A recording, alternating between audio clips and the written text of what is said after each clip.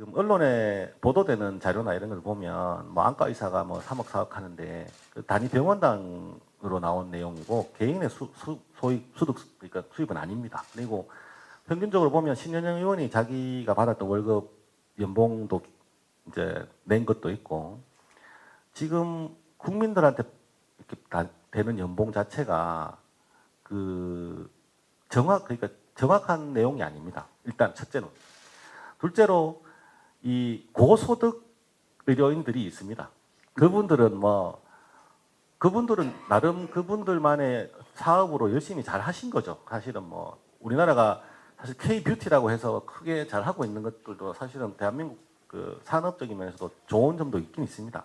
그래서 그분들은 그분들 나름대로 노력해서 하신 거고, 저는 사실 제가 외과 의사고 집사람이 소아과 의사인데, 집사람은 소아과 의사 하고 있지만 그 소위 말해서 의료보험 청구를 하면 세금 부분을 떼고 주거든요. 떼고 주는데 나중에 되면 환급 받습니다. 그러니까 수입이 너무 적어서 환급 받는 일도 생길 수도 있고, 뭐 대부분이 생각하시는 그런 정도의 수입을 하는 의사들은 그렇게 많지는 않고요. 그 다음에 전공의들 급여를 따져보면 최저임금보다도 낮은 급여를 받고 있습니다.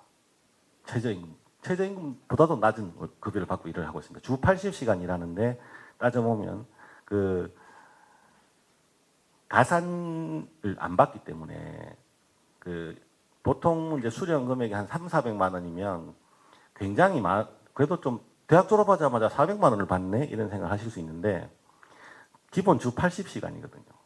그러면 반으로 나누면 뭐 한 150, 200 정도 받는다는 이야기거든요. 그래서 이런 월급을 받는 전공의들의 평균에 가산을 안 시키니까 그런 겁니다. 급여할 때. 전공의들은 4년간 최저임금을 받고 일을 하는 거죠.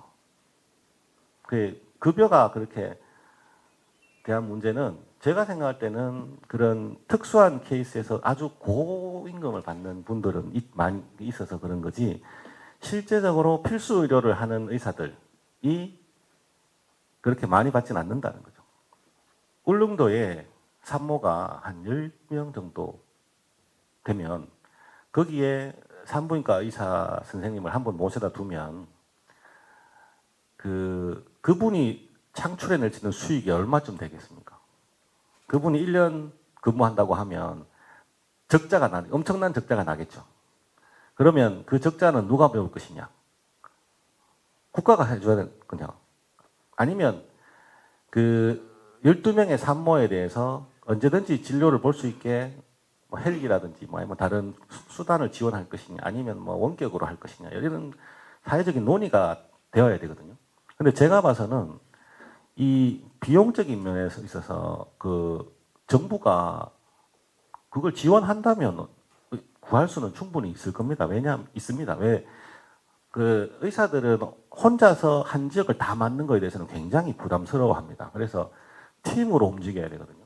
그래서 적어도 한 팀을, 그러니까 소아과 진료를 하는 한 팀을, 팀워크를 꾸리려면 그 한 팀에 대한 비용을 다 지불해야 되는 거죠. 근데 그런 팀을 꾸릴 비용을 지불하지 않으니 혼자서는 10억, 100억을 줘도 못 가는 거죠. 거기에.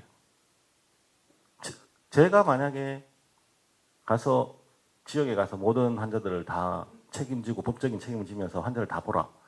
못 갑니다. 팀이 있어야 돼요, 팀이. 휴학과 유급의 제일 큰 차이는 아마 등록금에 대한 문제일 겁니다. 대학 입장에서는 등록금을 이제 휴학을 하면 이제 다음에 할 때 이제 문제가 발생하는 거고, 그다음에 이제 지금 제가 학생들하고 만나서 분위기를 들어봤을 때는 이 신입생들도 다르지만 그 한 4학년쯤 되는 친구들은 3, 4학년쯤 되는 친구들은 그 수업 자체를 코로나 때문에 제대로 된 수업도 못 받았는 데다가 지금 이 상황에서 또 수업을 안 하고 있는데 자기 스스로 제대로 된 의사가 될 수 있겠나. 그래서 그렇게 되면 안 되겠다. 그래서 아예 새로 한 해를 시작하는 게 더 좋겠다고 생각하는 애들이 대부분입니다. 그래서 이게 지금 유급이 될지 휴학이 될지는 잘 모르겠는데 아마 세브란스하고 고려대학하고 몇 군데는 이제 5월 30일 이후로 휴학 처리를 하겠다고 하고 있고 전국적으로 아마 유급을 하게 되면 페널티가 너무 많이 돌아갑니다. 학생들한테. 그래서 학교 입장에서도 이 학생들 편에서 일을 하시는 교수님들은 빨리 휴학을 처리해주자 하는 입장이고 경영을 하는 대학 병원 사학의 경영자 입장에서는 등록금 문제가 있으니 정부에서도 지금 휴학 처리 금지 명령을 또 내려놓았기 때문에 그래 뭐 유급시키자 이렇게 되는 상황이라서 굉장히 복잡한데 제가 봐서는 휴학 쪽으로 처리가 될 가능성이 많고 내년 되면 정말로 대혼란이 벌어질 것 같습니다. 지금 학생들은 그 기본적으로 전공의들이 요구한 7대 요구안보다도 더 확실한 이 의학 교육에 대한 개혁을 원하고 있는 상황이라서 만만치 않고 아마 이게 휴학이 되거나 계속 이렇게 한 학년이 완전히 밑으로 내려갈 가능성이 많이 있습니다. 그래서 복지부도 지금 정신이 없어가지고 막 매년 수업도 없이 학년을 올리겠다는 이야기를 하고 있으니 그게 이제 정부 입장에서 굉장히 뭐 소위 말해서 답답한 거는 마찬가지인 것 같고요.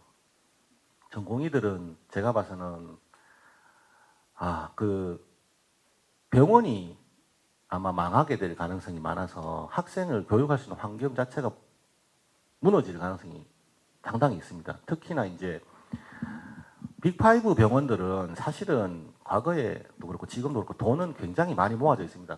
그 병원들은 걱정할 게 없습니다. 왜냐하면 그 고유 목적 사업 수익금이라고 해서 서울대나 이런 데는 1조씩 갖고 있고 세브란스도 한 6천억 이상 갖고 있습니다. 그래서 그런 병원들은 물론 세금 문제가 조금 복잡하지만 그걸 정부 측과 협상해서 돌리기 시작하면 빅5 정도는 거뜬히 뭐 견뎌낼 수 있을 것 같은데 그 외에 중간쯤 되는 사립대학병원들은 아마 여름이 지나면 다 망할 가능성이 많습니다. 그래서 그 돈은 근데 쓸 수가 없거든요. 지금은 갖고는 있는데 쓸 수가 없으면 고유목적 사업기금은 이 법인 세금을 안 낸 돈이거든요.